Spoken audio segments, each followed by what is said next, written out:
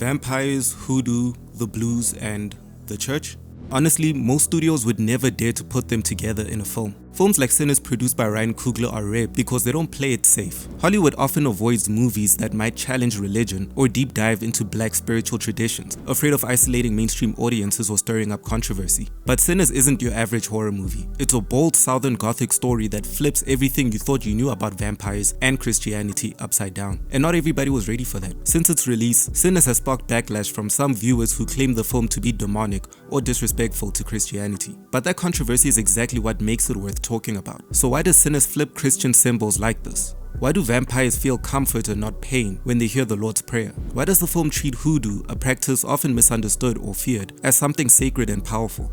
Sinners changes the typical vampire story by showing Christian symbols as weak and African spiritual practices like hoodoo as strong. In one scene, when Sammy says the Lord's Prayer, the vampire is unhurt. Sammy's father, a preacher, calls blues music sinful, but Sammy sticks with music over the church. This shows that Christianity pushed onto black people during slavery doesn't protect them, while old traditions like hoodoo and music are what actually gives them strength. The film shows that organized Christianity can actually hold people back. Sammy's dad doesn't let him play the blues, saying that it's against God's will, so Sammy walks away from church life. Historically, American churches call things like hoodoo and blues music sinful. Sinners shows that black communities finding comfort in both the church and music spots without needing to pick just one. This challenges the idea that the church is the only way to be saved, and the film shows that things like hoodoo and blues music can also be sacred and full of life. Hoodoo is shown as a respected African-American spiritual tradition. Annie, played by Wunmi Mosaku, is a woman that practices hoodoo. She makes a mojo bag to protect Smoke, played by Michael B. Jordan, and the people around her value her wisdom. Dr. Yvonne Chiriu is a consultant who was requested for the film. She says that hoodoo is an old practice that uses nature, spirits, and ancestors to bring change. In Sinners, you see this through Annie's healing powers and her deep connection with the past. Dr. Chiriu says that hoodoo is about fixing relationships between lovers, families, and even the living and the dead. The film shows us literally when Annie heals Smoke's wounds, and symbolically when she keeps the community safe, making it clear that hoodoo is something helpful and not harmful. Hoodoo started when enslaved Africans in the South blended their own spiritual beliefs with Christianity forced onto them. Sinners honors this by showing hoodoo as a way of healing and protecting. The film also treats hoodoo with care. Director Coogler brought in experts to avoid harmful stereotypes, and Dr. Chiriu praised the film for showing hoodoo as a real sacred practice. Unlike older movies that mocked and misunderstood African spiritual beliefs, Annie is shown as smart, kind, and respected in her community. And the thing I like about this is that Sinners doesn't even make a big show about the magic at all. For example, the mojo bag Annie makes isn't even shown as a flashy effect. We see what it does, not what's in it. This is because the focus is on the respect of hoodoo. Even if not every character believes in hoodoo, they still recognize its power because it's what their ancestors used to survive. So the film brings hoodoo back into the spotlight as something strong and meaningful, not scary. In Sinners, Christianity is shown as something tied to colonialism and control. In a big moment, when the Irish vampire Remick, played by Jack O'Connell, hears the Lord's Prayer, he finds it as comforting. It's something his people were taught while being cut off from their roots. The film shows how Christianity was forced onto enslaved people, and how it didn't protect them from the harm of colonizers. You see, in comparison, Annie's mojo bag, an old African practice, actually saves lives. Historically, enslaved Africans were made to give up their own beliefs and take on Christianity, which broke their link to their ancestors. Sinners turns that into a story. Black characters can only get stronger when they go back to their roots, suggesting that the colonial religion didn't help, but maybe even hurt them more.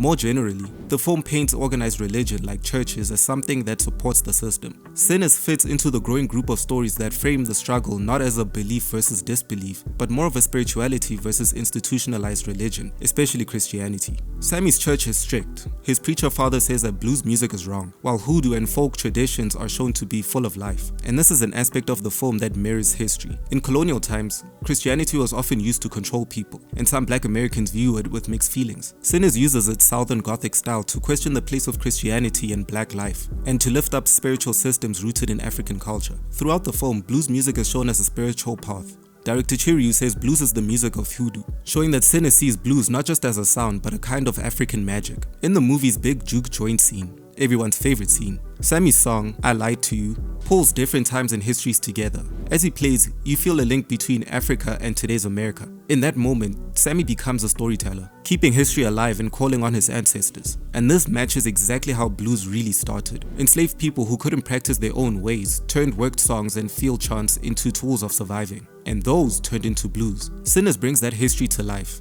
showing that blues is sacred, a way to heal and remember, not just music to dance to. And seeing that one of the topics that the film touches on is cultural appropriation, it makes sense that the white characters in the movie would view blues music as something to just dance to, whereas characters like Sammy and all the other black characters of the film have spiritual encounters with the music. The film clearly connects blues with freedom and identity. Coogler even brings in the old legend Robert Johnson, the bluesman who supposedly sold his soul to the devil at the crossroads, to show how powerful choices shape the story. In the end of the film, Sammy picks blues as his spiritual path. This is made clear when Delta Sim says, "Blues wasn't forced to us like that religion. We brought this with us from home." The difference is obvious. The church was forced onto people during slavery, but the blues came from their own culture. Many black thinkers have pointed out that gospel and blues come from the same place. Sinners shows that clearly. The church and the juke joint both matter, but the blues brings them healing and power. Ancestral power is also a large factor of the film. In the film, ancestors are a key source of power. Hoodoo is all about staying connected with your roots. Dr. Chiryu says it's about keeping the knowledge passed down before slavery and keeping in touch with family lines. Sammy is literally shown at a crossroads,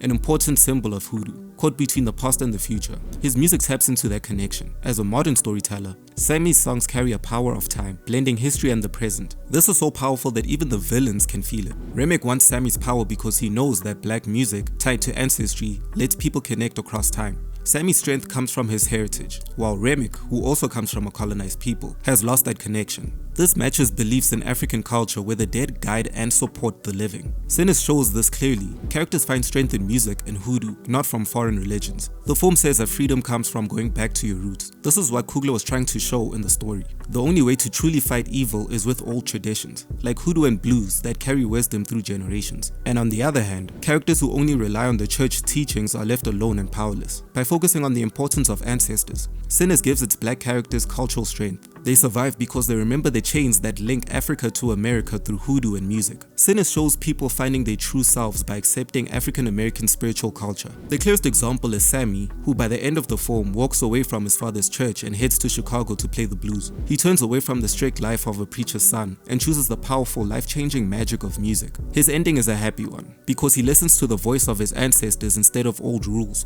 A lot of what I just said can be summarized by going back to what Delta Sim said. Again, blues weren't forced on us like that religion.